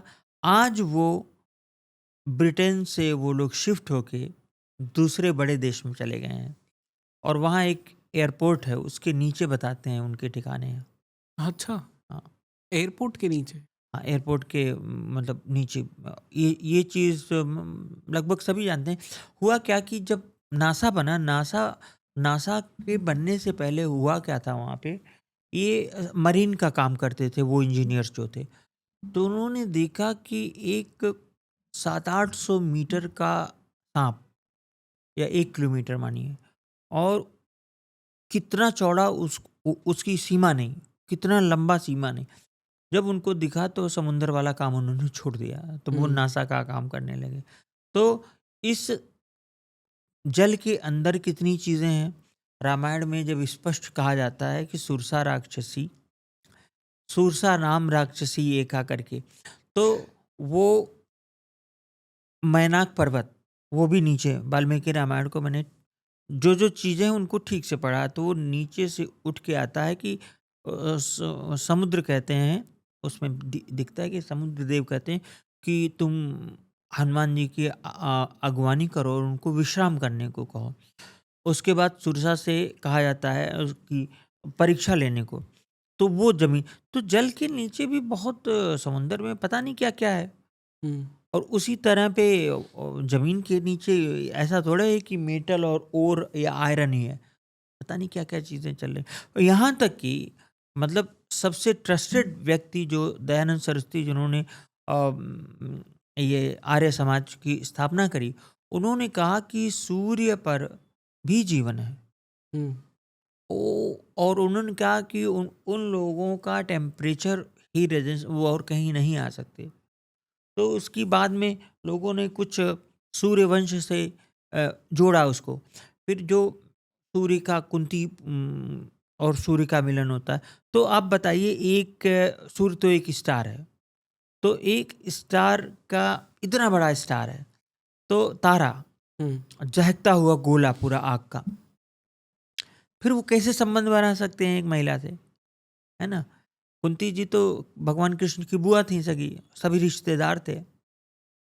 और अर्जुन भगवान कृष्ण के जीजा थे, है ना? तो उनकी बहन से शादी हुई थी। जी। तो यहाँ पे क्या होता है कि वो मानवीय रूप है, और इसमें डॉक्टर मधुसूदन ओझा ने बड़ा अच्छा काम किया है। उनकी बुक्स पढ़ी जा सकती हैं। उन्होंने बहुत सारी मतलब चीज़ें, जैसे गीता को लोग मानते हैं कि सबसे अच्छा ग्रंथ, मतलब कठिन ग्रंथ मानते हैं कि सबसे ज़्यादा फिलॉसफी उसमें बताई गई। लेकिन भगवान राम को जो वशिष्ठ जी सुनाते हैं, है ना? तो वो तो, उसका नाम वशिष्ठ, मैं तो भूल गया, देव वशिष्ठ या कुछ ऐसे करके है। तो उसमें जो ज्ञान दिया गया है वो तो बहुत ज़बरदस्त, वो पूरा यूनिवर्स का, मल्टीवर्स का सब कुछ ज्ञान, वो कौन देता है? वशिष्ठ जी भगवान राम को देते हैं। ओके। हम्म। तो मतलब राक्षस या असुर आज भी जिंदा है? हमारे आपके बीच में वो चल रहे हैं, तो क्यों जैसे जिंदा है? इल्यूमिनाटीज हैं। क्यों जिंदा है, पर क्या वो करने के लिए? उनके उनके भी एजेंडे हैं। जैसे? जैसे कि डेविल क्या करता है, वो तो हम्म। नुकसान करता है। तो जैसे मैं आपको बताऊं, महर्षि सबसे ज़्यादा अवेकन साइंस में मैं महर्षि अरविंदो को मानता हूँ। हालांकि ज्ञान प्राप्त हुआ महात्मा बुद्ध को और सब, तो उसमें कहा जाता है कि उनके बॉडी के अंदर, मतलब जब वो जेल में बंद थे महर्षि अरविंदो, जो बम बम वाला केस था, तब तक तो वो सो कॉल्ड आतंकी थे हम्म। अंग्रेजों के शासनकाल में। तो वहाँ पे उनको दर्शन हुआ था भगवान कृष्ण का, और उन्होंने कहा था कि ये सब सुधरने वाले नहीं हैं जल्दी। अपने देश के बारे में कहा था। उन्होंने कहा कि मुझे देखो, पूरी द्वारिका खत्म करनी पड़ी, ऐसा ऐसा। अ, उनके जानने वाले लोग कहते हैं, जो उनसे जुड़े हुए हैं। और एक मदर थी जो फ्रांस से आई थी, उनको उनको बल्कि माँ बोला गया। जिन्होंने भारत का झंडा पहली बार लहराया था। हाँ, तो वो उनके साथ थी। अ, किनकी बात हम कर रहे थे? औरबिंदो। महर्ष अरबिंदो घोष की। तो महर्ष अरबिंदो को बहुत चीज़ें, बहुत कुछ पता थी, और हिस्ट्री में लिखित है। हिस्ट्री जो कि सिविल सर्विसेज के तैयारी के समय मैंने पढ़ा था, कि हिस्ट्री हिस्ट्री में साफ साफ लिखा है कि उनको, वो कह रहे हैं कि आज़ादी तो 15 अगस्त 47 को मिल जाएगी, उसके बाद का सोचो। तो divine souls. Okay. Hmm. And Bengal elections के बारे में क्या प्रेडिक्शन है सर आपके? बंगाल इलेक्शंस में देखिए, मैंने कुंडली देखी नहीं है, लेकिन हाँ, मैं ये कह सकता हूँ कि फरवरी तक भाजपा का समय, मतलब ठीक है, पर मोदी जी का नहीं सही है। तो मोदी जी मतलब का स्वयं का नहीं सही है। भाजपा का एज ए होल अभी फरवरी तक का समय ठीक है, और उसी फरवरी के बाद मार्च से मोदी जी के लिए बुरा समय शुरू होगा। हम्म। और शायद बंगाल इलेक्शंस मार्च अप्रैल में ही होने वाले हैं। हाँ, जो भी हो। ओके। तो बेसिकली आप कह रहे हैं कि बीजेपी नहीं जीत सकती बंगाल? नहीं नहीं, मैं ये नहीं कह रहा। मैं तो कह रहा हूँ बीजेपी का अच्छा समय है। मोदी जी का नहीं है? मोदी जी का नहीं है। बीजेपी हो सकता है बीजेपी जीत जाए, लेकिन मैं, क्योंकि ममता जी की कुंडली नहीं है, उनकी पार्टी की कोई कुंडली नहीं हम्म। है, और एक आंदोलन भी दिखता है, हो सकता है। और मैं उस से उस एरिया को मैंने पहले भी कहा है कि जहाँ पे कलकत्ता, बंगाल और बांग्लादेश में, वहाँ पे मुझे बहुत कुछ होता नज़र जी आता जी, है, ये बहुत आपने कुछ पिछले होगा। पॉडकास्ट पे भी कहा था हाँ, कि मैंने कहा था, और मैं फिर कह रहा हूँ, वहाँ पे कुछ होगा। मतलब हो सकता है बांग्लादेश हमको प्रोवोक करे, और हमको, भारत को कुछ करना पड़े, कोई कार्रवाई करनी पड़े। ये साफ साफ दिखता है। ओके। और ये जो अभी एक दो दिन पहले की बात है शायद, जहाँ पे जगन्नाथपुरी जो मंदिर है उसके ऊपर बहुत सारे ईगल्स दिखे थे, हाँ, इसका क्या मतलब होता है? नहीं नहीं, जगन्नाथपुरी देखिए, कितना भी कहा जाए, जगन्नाथपुरी का जो भविष्य मालिका से संबंध है, तो वो तो कुछ न कुछ तो घटनाएं घटेंगी। वो तो ज्योतिष से भी देखा जा सकता है कि मंगल दशा में जो जो उसमें कि 13 मुस्लिम राष्ट्र करेंगे, क्या करेंगे। लेकिन अच्छा सा ट्रांसलेशन नहीं हुआ ना इन चीज़ों का, लेकिन कुछ चीज़ें तो घटेंगी। हम्म। जैसे ये भविष्य मालिका में ही कहा गया था कि बैल जो आगे के वो लगाए जाते हैं बैलों में, ऐसे ऐसे करके, तो आदमी पहन के घूमेंगे, ये भविष्य मालिका में लिखा था। ओके। और कोविड में ऐसा हुआ। हाँ। कोविड में ऐसा हुआ, तो उसमें ये जो 25 से लेके 28-29 जो ऑड ईयर्स कहे जा रहे हैं, तो वो भविष्य मालिका में ही उल्लेख है। सबसे पहले भविष्य मालिका में उल्लेख हुआ, फिर उसके बाद उल्लेख हुआ ये बाबा बैंगा की, हम्म। थोड़ा बहुत नाश्ता समझ, और ये जो सिम्पसन्स के जी। कार्टून्स है, वो तो बड़े मुझे अजीब से है। मुझे समझ में नहीं आता कि ये कैसे हो रहा है। हम्म। बहुत सारी चीज़ें तो मेरे सामने हुई। ओके। हुँ। आपको लगता है, मतलब क्योंकि अपने बाबा वेंगा और नोस्ट्राडामस और सिम्पसन्स की बात की, दूसरे दुनिया के भी लोग हमसे कांटेक्ट करेंगे जल्दी? अ, ये थोड़ा एग्ज़ैगरेटेड लगता है हम्म। मुझे। ओके। ऐसा। अ, दूसरी दुनिया मतलब मान लीजिए किसी ग्रह पर जीवन पता चल जाए, क्योंकि मंगल पर जीवन रहा होगा, ये मैं इसलिए कह सकता हूँ, साइंटिस्ट भी थोड़ा बहुत इसको एक्सेप्ट करते हैं, क्योंकि एक पौराणिक मंत्र है मंगल का, मंगल ग्रह के निदान के लिए, उपचार के लिए। तो उस पौराणिक मंत्र में कहा जाता है, धरणी गर्भ संभूतम विद्युत कांति समप्रभम। तो पृथ्वी को मंगल का पुत्र बोला गया है। अच्छा। पृथ्वी को मंगल का पुत्र बोला गया है, तो अवश्य कुछ ना कुछ रहा होगा। और ये जो कुछ भी रहा होगा, ये इतना पुराना है कि रामायण से भी पुराना हो सकता है, हम्म। वेदों से भी पहले की घटना हो, या वैदिक काल के आसपास की हो। ओके। तो सूर्य और तो दूसरी दुनिया के लोग मिल, जब जब आप ये बताइए, जब गंगा दूसरी दुनिया से हम आ सकती हैं, गंगा गंगा का तो उल्लेख है, और ये कहीं बिल्कुल। लोग समझते हैं कि इधर उधर की बात है। ये रामायण में, वाल्मीकि रामायण में गंगा की उत्पत्ति को बताया गया, तो रामायण को कैसे गलत कहेंगे हम? करेक्ट। अच्छा, वो भी वाल्मीकि रामायण में गंगा आके वहाँ पे वो लेती हैं, मतलब पृथ्वी पर उतरती हैं, तो ये तो वाल्मीकि रामायण का है। जी, जी, जी। ओके। पर आपने क्योंकि मंगल का नाम लिया तो एक जो दोष होता है जिससे लोग बहुत ज़्यादा डरते हैं, मांगलिक दोष, इसके बारे में बताइए। देखिए, बहुत बढ़िया सवाल आपने पूछ लिया। मुझे याद है कि जब हम लोग इलाहाबाद में सिविल सर्विसेज की तैयारी करते थे, मैंने इंटरव्यू वगैरह दिया था, तो उसी समय कुछ पीसीओज खुले थे। तो एक पीसीओ पे एक लड़का बैठता था, तो वो उसने कोई कहानी बताई, पीसीओ मतलब जो टेलीफोन बूथ्स, तो उन्होंने बताया कि उनके कोई बड़े अधिकारी हैं, तो वो अधिकारी मतलब आईएएस थे शायद, वो अपनी लड़की की शादी मांगलिक होने की वजह से 44 साल की एज में उन्होंने शादी किया। ओके। फिर ना कोई संतान हुई, ना कुछ हुआ। बहुत लोग मांगलिक को, तो आप इस तरह मानिए कि एक ये इतना बुरी तरह से, जैसे एक अपने यहाँ दासी प्रथा थी और ये सब देवदासियाँ वगैरह, उसी तरह क्या ये गलत है। 7वें और 8वें में मंगल हो तो उसको थोड़ा सा देखना चाहिए, बाकी मांगलिक दोष को इतना महत्व नहीं दिया जाना चाहिए। ओके। लेकिन साथ ही में आप मौका मिला है तो ये भी बता दूं, काल सर्प दोष जैसा कोई जी। दोष नहीं होता। अच्छा। एकदम झूठ है, पूरी तरह से बनाया गया है। कुछ लोगों ने मजाक मजाक में ये कांड किया 1978 में, मुझे मालूम है जिन लोगों ने बनाया था, वो भी जिंदा भी हैं वो लोग। हम्म। ये कानपुर से निर्माण हुआ था इसका, ओके। और ऐसा कोई दोष नहीं। लेकिन ज्योतिष इंडस्ट्री का सबसे ज़्यादा जो जो शेयर है, हम्म। वो काल सर्प दोष, पितृ दोष और मंगल दोष, शनि साढ़े साती से ही लोगों की चलती है।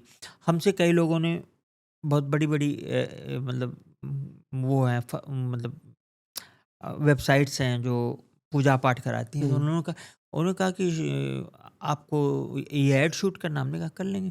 तो उन्होंने कहा कि जब मुझे पता चला काल सर्प, हमने कहा आप हाउ डेयर यू, आपने सोचा कैसे? जिस काल सर्प के लिए मैं लड़ाई लड़ रहा हूँ कि ऐसा कुछ नहीं होता, मैं खुद ही कहूँगा तो लोग क्या बोलेंगे? तो काल सर्प, मैं खुद, मेरी कुंडली में काल सर्प दोष है, भारत की कुंडली में काल सर्प। अच्छा ये बताइए, भारत अगर हम पाकिस्तान से तुलना करें तो भारत आगे बढ़ा ना, हम्म। बहुत आगे बढ़ा। अब हम चाइना से तुलना नहीं कर सकते क्योंकि वहाँ पे तो डेमोक्रेसी है नहीं। अमेरिका से तुलना भी नहीं कर सकते क्योंकि नो डाउट हमारे यहाँ करप्शन वगैरह ज़्यादा है, लेकिन फिर भी हम आगे बढ़े। राइट। तो बेसिकली ऐसा कुछ होता नहीं है। नहीं, कुछ नहीं एंड होता। काल सर्प कुछ नहीं होता, और पितृदोष होता है, पर वो ज्योतिष के थ्रू नहीं बताया जा सकता। हम्म। ज्योतिष के किसी ग्रंथ में पितृदोष का जिक्र नहीं। तो किसके थ्रू बताया जा सकता है? ये और भी ये जो बहुत बड़े पहुँचे हुए सिद्ध महात्मा हैं, वही पितृदोष बता अच्छा। सकते हैं। यहाँ पर क्या है हम लोगों का कि बड़ी किताबें आ गई, तो उसमें सूर्य को पिता का कारक माना गया है। हम्म। हमारी नाड़ी में बड़े बेटे को भी पिता का कारक माना गया है। तो जब सूर्य पीड़ित हो राहु से, शनि से, केतु से, मंगल से, तो वो लोग बता देते हैं कि ये इसका संबंध जो है ये इनको पितृदोष लग गया। ओके। पितृ श्राप होते हैं हम्म। और उनका जिक्र ज्योतिष में तब है जब संतान नहीं होती। हम्म। तो पितृ श्राप मात्र सबसे बड़ा मात्र श्राप बोला गया है। अगर माँ का श्राप लगा है तो फिर उसके संतान नहीं पैदा हो सकती। ये इन सब का उल्लेख है। पितृ श्राप, मात्र श्राप, गुरु श्राप, दैव श्राप और कुल देवता श्राप, ये सब का जिक्र है। ओके। कुल देवता श्राप कैसे लगता है? देखिए वो जो भी कुल देवता हैं वो कभी न कभी हम ही लोग रहते हैं। हम्म। बाद में कुल के बहुत दिन हो गया तो उनको उनकी सेवा नहीं की गई या उनका जो देखिए जैसे जिन जो लोग दिवंगत हैं, जो आत्मा मतलब जीवित नहीं है, तो ऐसा नहीं कि वो सब लोग ईश्वर हो गए। वो भी नाराज होते हैं। देवी देवताओं में लोग नाराज होते हैं हम्म। कि हमको चढ़ावा नहीं चढ़ा, ये है, वो नाराज हो गए। और मैंने ऐसा देखा, डॉक्टर सुधीर कक्कड़ जो बहुत बड़े साइकोलॉजिस्ट हैं, शायद सबसे बड़े इंडिया के, उन्होंने इन सब चीज़ों पर बहुत काम किया। तो उन्होंने कहा कि कई जगह पे वो धोखा खा जाते हैं। क्या रहा है कि देवता नाराज हैं, उनको चढ़ावा चढ़ाया गया, वो खुश हो गए। हम्म। हालांकि इसको बहुत हद तक ये बोला गया कि ये सब मिथ्या है और ढोंग है। तो न ढोंग है, न मिथ्या है, न पूर्णतया सत्य है, ये बीच की चीज़ें हैं। इसमें ओके। थोड़ी साइकियाट्री भी है और थोड़ा सा ये सब चीज़ें होती भी हैं। ओके। और साढ़े साथी के बारे में बताइए, क्योंकि मैं कुछ दिन पहले पॉडकास्ट कर रहा था, तो तारक मेहता में एक एक्टर है अब्दुल के नाम का जो कैरेक्टर है, उनके साथ मैं पॉडकास्ट कर रहा था, तो उन्होंने मुझे बताया कि उनके लाइफ में भी साढ़े साथी आई थी। एंड जब साढ़े साथी आई थी, 7 साल तक उन्हें काम नहीं मिला था। देखिए, ये एक कॉन्सिडेंस है। साढ़े साथी पर पूरी रिसर्च हुई है मेरे गुरुजी के नेतृत्व में, के एन राव सर के। साढ़े साथी में चेंज आता है, जीवन बदलता है, हम्म। कुछ नया होता है। लेकिन बहुत लोगों के जीवन तो जिंदगी भर, साढ़े साथी तो 30 साल में आएगी ही आएगी, उनका जीवन बीत जाता है, वो वहीं के रहते हैं और 60 साल में मर जाते हैं, तीसरी साढ़े साथी भी देख लेते हैं। साढ़े साथी तब इफेक्टिव हो सकती है थोड़ी सी जब चंद्रमा या शनि की दशा चल रही हो या व्यक्ति की दशाएं खराब चल रही हों। अदरवाइज साढ़े साथी भी एक डराने का ढैया और साढ़े साथी भी एक डराने वाला कॉन्सेप्ट है। और महात्मा गांधी अपने जीवन का जो सर्वोच्च स्थिति हुई, उनकी तो ओरिजिनल कुंडली है, वो जो जब फेमस हुए वो साढ़े साथी का समय था। नेहरू जी भी साढ़े साथी के समय प्रधानमंत्री बने, हालांकि साढ़े साथी में ही डेथ भी हुई। और सबसे बड़ी बात, मेरे पास 2 उदाहरण हैं। एक मेरा क्लासमेट था, एक और आईएएस हुआ। तो दोनों आईएएस में काल सर्प योग भी था, साढ़े साथी भी था, राहु की दशा थी और उसमें वो लोग मतलब अंडर 40 में टॉपर में हुए लोग। ओके। तो एक व्यक्ति का अगर साढ़े साथी में, काल सर्प में और राहु की दशा में अगर आईएएस में सिलेक्शन हो जाता है तो इससे बड़ा तो कुछ होता नहीं। करेक्ट। हम्म। ओके। तो बेसिकली ये सब जितने भी चीज़ें थी, ये जितना फोकस किया जाता है इस पे, उतना फोकस करने की ज़रूरत नहीं नहीं नहीं, है। वो डेलिबरेटली जानबूझ के किया जाता है, शैतानी की जाती है और उनसे पूजा करवाने के लिए लोग करते हैं। बीच में मैंने कुछ लोगों को पूजा के लिए रखा इन द सेंस कि उनको रिकमेंड करता था।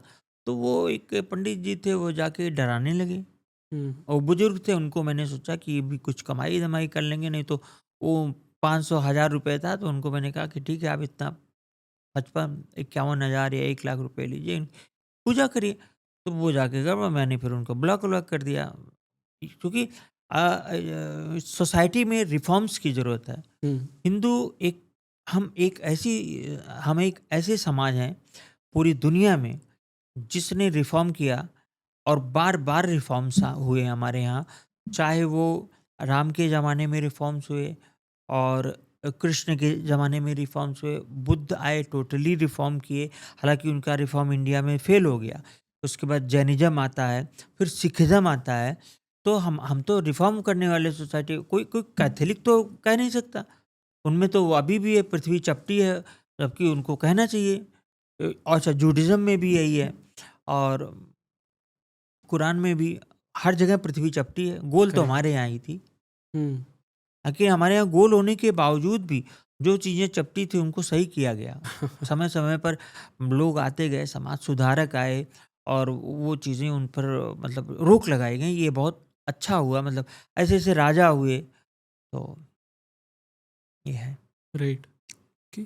सर, क्योंकि 2026 आने वाला है, ये पॉडकास्ट उसी के आसपास रिलीज होगा, मंथ एंड, दिसंबर एंड या जनवरी स्टार्ट में, तो राशियों के बारे में भी हमें बात करनी चाहिए आई फील, क्योंकि लोग वो भी देखना चाहेंगे, आपसे जानना चाहेंगे। अगर आप 12 राशियों के प्रेडिक्शंस बता सके, वो क्या होंगे? देखिए 12 राशियों में मैं छोटा-छोटा बताता जी, हूँ। जी, जी। जैसे मेष मेष से शुरू राशि करते है, हैं। मेष राशि है, तो मेष राशि में क्या है कि इनका जो मध्य मिड मिड के बाद, मतलब मई जून के बाद इनका समय अच्छा है, कई मामलों में अच्छा है, लेकिन किसी राशि का कंप्लीट अच्छा नहीं हो सकता। उनको मतलब प्रोफेशनल तरीके से बहुत बढ़िया है। बाकी जैसे मान लीजिए कि उनका लव का मैटर हो या पारिवारिक संबंध हो, वो उनके लिए अच्छा नहीं जाएगा। दूसरा, कोर्ट कचहरी से थोड़ी सी समस्या आएगी। वृषभ राशि तो बहुत गड़बड़ है। वृष अच्छा, राशि, हाँ। 2026 खराब ही है मतलब। वृष राशि के लिए खराब है। उस पर सबसे पहले तो ग्रहण लग रहा है, तो उनके लिए नहीं ठीक है। मिथुन राशि ठीक है, चूंकि बृहस्पति कम से कम मध्यांतर तक मिथुन राशि अच्छी काम करेगी, और मिथुन राशि में और भी चीज़ें होंगी। वो लोग प्रमोशन पाएंगे, आगे बढ़ेंगे, और उनके मतलब जो सोलमेट्स मिलेंगे, लोगों की शादियां होंगी, बच्चे होंगे। और फिर आते हैं हम कर्क राशि, तो कर्क राशि हाँ नो डाउट ठीक है, बहुत अच्छी है, पर मिथुन जितना अच्छी नहीं है। इसके बाद सिंह राशि, सिंह राशि ठीक नहीं है। सिंह राशि के लिए, सिंह राशि के लिए ये साल अच्छा नहीं है, 2026 बहुत अच्छा। लेकिन हम फिर आते हैं कन्या पर, तो कन्या के लिए ठीक है। हम्म। और कन्या के लिए, कन्या राशि के लिए ये बहुत अच्छा जाने वाला है। फिर आते हैं तुला राशि पर, तो तुला राशि के लिए ये जो उम, समय होगा ये थोड़ा विपरीत होगा। मुकदमे का, लिटिगेशन में लोग फंस सकते हैं, इस तरह का। और वृश्चिक राशि मतलब स्कॉर्पियन, ये मतलब इनके लिए तो बहुत खराब समय है, अच्छा समय नहीं है। धनु के लिए बढ़िया है। मकर राशि के लिए भी अच्छा है। कुंभ में फिर समस्या आएगी, कुंभ के लिए अच्छा नहीं है। उनको मतलब और उलझने होंगी, लिटिगेशंस होंगे, नौकरियों में समस्या आएगी, छूट सकती हैं। फिर इसके बाद मीन राशि अच्छी है, लेकिन इनके मीन राशि का बढ़िया रहेगा। लेकिन मैं ये भी बताना चाहूँगा कि मात्र राशि से हम्म। आप कोई खुश या जी। दुखी ना हो, ये तो एक मोटा-मोटी बताया जाता है, क्योंकि एक राशि के लगभग 90 करोड़ लोग होते हैं, करेक्ट। है हाँ, ना? तो सबके लिए तो हाँ, तो नहीं होता। तो लेकिन मैं तो पहले बिल्कुल भी नहीं करता, तो बीच में मैंने 2-3 महीने प्रेडिक्शन किए राशियों पर, आगे भी करूँगा, क्योंकि लोगों की डिमांड रहती है, तो करेक्ट। ऑडियंस की डिमांड पर करना पड़ता है ना? कुछ चीज़ें करनी पड़ती। ऑडियंस ने ही हमको जैसे बहुत लोगों ने, हालाँकि मेरे जो फ़ेवरेट, जो मुझे पसंद करते हैं उन्होंने तो नहीं, लेकिन जो नापसंद करते हैं उन्होंने इसके लिए बड़ी क्रिटिसिज़्म की कि आपने लोगों की एज बताई, उम्र हम्म। बताई और डेथ होने को बताया। तो हाँ, मैं एडमिट करता हूँ कि अ, अगर उनको दुःख हुआ तो मैं इसके लिए क्षमा चाहता हूँ, और मेरे से गलती हुई, मैं नेक्स्ट टाइम इसका ध्यान रखूँगा। हाँ, जिनकी उम्र बड़ी है वो मैं बताऊँगा। हम्म। जैसे सारा अली खान की बहुत लंबी एज है, अच्छा। और बाबा बागेश्वर की उम्र बहुत बढ़िया है, लेकिन वो विवादों में फँसने वाले हैं, एक ये भी है। पॉलिटिकल विवाद। हाँ, पॉलिटिकल विवाद ही मतलब जैसे आशाराम बापू फँसे, इसी तरह इनका क्या भी बात होता कर है। रहे हो? आशाराम बापू के बारे में बोलना चाहूँगा। जी सर। वो व्यक्ति, उन पर जो भी आरोप लगाए गए सब झूठे हैं, सब झूठे हैं। सब झूठे हैं। वो व्यक्ति एक बहुत ग्रेट सोल थे। बहुत लोगों को बुरा भी लगेगा, मुझे कोई फ़र्क नहीं पर पड़ता, क्योंकि लोग जो मीडिया से जानते हैं वो, मेरे कम से कम 20 लोग ऐसे हैं जिनको आज भी दर्शन होते हैं उनके। पर क्या प्रूफ है सर कि वो इल्ज़ाम सही नहीं थे? नहीं, नहीं, आप ये बताइए क्या प्रूफ़ है कि उनके ऊपर कोई इल्ज़ाम सही हो? यही मीडिया जो लाहौर तक पहुँच गई थी रात में ना, जब जब ऑपरेशन सिंदूर में। ऑपरेशन सिंदूर में तो लाहौर वहौर सब उड़ा दिए थे, प्राइम मिनिस्टर को गायब कर दिए थे, गायब। तो वही लोग, अब मुझे याद आता है कि उनकी एक सिंपल सी दिखा रहे हैं कि वो आँख मारते थे, टॉर्च जलाते थे, ये करते थे। उन्होंने धर्म प्रचार के लिए इतना काम किया, और मैं सीधे-सीधे कहूँगा, नेताओं ने उनसे पैसे माँगे, उन्होंने नहीं दिए, तो जेल में चले गए। सीधी-सी ओके। बात। सिस्टम जिसके अगेंस्ट हो उसका कोई क्या कर सकता है? कुछ नहीं कर सकता। हुँ, आज ही किसी बाबा के अगेंस्ट में सिस्टम में ऐसा नहीं कि ऑपोजिशन ही हो। जो करंट गवर्नमेंट रहती है, जो ऑपोजिशन, सब मिल के परेशान करते हैं। करेक्ट। ये तो एक सिस्टम है। आप ये बताइए, जब लोग अ, भाजपा कांग्रेस को कहती है भ्रष्ट हैं, कांग्रेस भाजपा को कहती है भ्रष्ट हैं, इन दोनों लोगों में जब सरकारों में आते हैं तो किसी को जेल में क्यों नहीं डालते? हुँ, भाई, उन्होंने बताया था कि सोनिया गांधी ट्रक से और वो एरोप्लेन से पैसे भर भर के ले जाते हैं, तो उन पर क्यों कार्रवाई नहीं हुई? है ना? और भाजपा में जब मनमोहन सिंह की सरकार इतने दिन थी, तो क्यों नहीं भाजपा वालों को उन्होंने जेल में डाला? हुँ, तो ये सब बहुत दुखद है। लेकिन हाँ, मैं ये कह सकता हूँ, पूरे पूरे कॉन्फिडेंस के साथ मैं कह सकता हूँ कि हम, कुछ ऐसी स्थितियाँ आने वाली हैं कि हम इन सब से छुटकारा पाएँगे हम लोग। ओके। किस सेंस में? कुछ ऐसा घटेगा देश में कि जो ये करप्शन वगैरह की रीढ़ तोड़ देगा। हुँ, चाहे उसे कल की मानिए, चाहे जो मानिए, कुछ न कुछ होने वाला है, कुछ अच्छा होने वाला है। ओके। मतलब जो लोग गलत हैं, उनका बुरा समय आने वाला है हुँ, इन 3-4 सालों के भीतर, अभी से 3-4 सालों के भीतर। ओके। और सर, राशियों पे फिर से जा रहा हूँ मैं एक बार। 3 राशियाँ ऐसी कौन-सी हैं जिनके लिए 2026 सबसे अच्छा है? देखिए, सबसे अच्छा तो ये एक तो मेष को हम मानेंगे, फिर मिथुन को, और उसके बाद मीन को। ओके। हुँ। और 3 राशियाँ जिनके लिए सबसे बुरा है 2026? वृश्चिक, वृष राशि और सिंह राशि, ओके। इनके लिए बुरा है।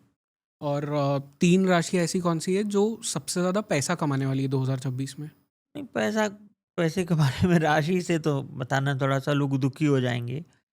हाँ, इससे नहीं कहा जा सकता, लेकिन जो जिनको मैंने कहा है अच्छा-बुरा, उन्हीं में से हैं सब। ओके। एंड 2026 में किन राशियों को अपना प्यार मिल जाएगा? हाँ, ये है, ये आप समझिए कि अ, मिथुन, कन्या, मीन, धनु, इन लोगों को ओके। अपना सोलमेट मिलेगा। एंड ये भी बता सकते हैं कि किन राशियों को 2026 में नौकरी मिल जाएगी, जिन्हें आज तक नौकरी नहीं मिली है, जो स्ट्रगल कर रहे हैं अपनी लाइफ में? कर्क, मकर, मीन और कन्या, इन लोगों को ओके। जॉब मिलने की संभावनाएँ रहेंगी। ओके। एंड भारत के लिए तो आपने बताया कि 2026 कैसा होगा, बट पूरी दुनिया के लिए 2026 में क्या-क्या देखने मिलेगा? क्योंकि जब लास्ट ईयर हमने पॉडकास्ट किया था, आपने कहा था कि वॉर्स होने वाले हैं, वैसे सिनेरियोज़ बहुत बन रहे हैं। 2026 में क्या होगा? 2026 में उससे भी खराब होगा। अच्छा। दुनिया में एक देश का दूसरे देश से अ, मतलब विश्वास हटेगा, और चूहे बिल्लियों की तरह लड़ेंगे लोग, और जिसमें स्पष्ट रूप से अमेरिका तो 100% उसमें शामिल होगा, और भारत भी होगा। ओके। चीन का मैं नहीं कह सकता गारंटी से 2026 में आगे होगा वो, मगर अमेरिका, भारत, बांग्लादेश और ये जो 2-4 मुस्लिम कंट्रीज़ हैं, ये एक विश्व युद्ध की शुरुआत अ, करेंगे। ये सब जब मैं भविष्यवाणियाँ कर रहा था, तो मैं अपने गुरुजी के यहाँ गया था बेंगलोर में, आज के 5-6 महीने पहले। तो यही सब चल रहा था यूक्रेन का। तो वो बैठे हुए टीवी देख रहे थे। सबने कहा कि सर, ये मतलब विश्व युद्ध होगा? तो उन्होंने कहा नहीं। वो पता नहीं किस मूड में थे। फिर हमने कहा कि लड़ाई क्या, बहुत बेकार लड़ाई होगी। उन्होंने खुद मेरी बात को कहा कि उसको विश्व युद्ध कहा जा सकता है, लेकिन अब तो ये, क्योंकि चीज़ें इस तरह हो गई है कि अगर आप किसी का इंटरनेट हैक कर दिए, लोगों की जो सैटेलाइट्स हैं उनको वो कर दिए, किसी पर मतलब सर्वर हैक हो गया, तो ये सब भी विश्व युद्ध में थोड़ा सा उस तरह की लड़ाइयाँ ना होके होगी, लेकिन अंततः ये एटॉमिक वॉर तक आएगी, न्यूक्लियर वॉर तक। अच्छा, पर 2026 में ही देखने मिलेगा वो? 26 के बारे में नहीं कह सकते कि 26 में ही होगा, लेकिन 26 से 25 से 28 तक ये होना है, सब कुछ हो तो जाएगा। मतलब 26 में दुनिया तो नहीं खत्म हो रही है ना? नहीं, बिल्कुल नहीं खत्म हो रही, जब दुनिया रहेगी, दुनिया रहेगी। खत्म ओके, करने वाले खत्म कर रहे हैं, पर ऐसा कुछ नहीं है। ओके। हम्म। सर, ये पॉडकास्ट में बहुत सारी हमने बातें की है, बहुत सारी ऐसी चीज़ें जो पहली बार लोगों को जानने मिली होगी, स्पेशली जो अपने चीज़ें तंत्र और रामायण के बारे में बताई। ये आई डोंट थिंक सो बहुत सारे लोग जानते थे, एंड नाड़ी विद्या के बारे में भी लोग नहीं जानते थे। तो thank you so much sir इस पूरे कॉन्वर्जेसन के लिए, एंड जो भी आज आपने इन्फॉर्मेशन दिया उसके लिए thank you so much sir.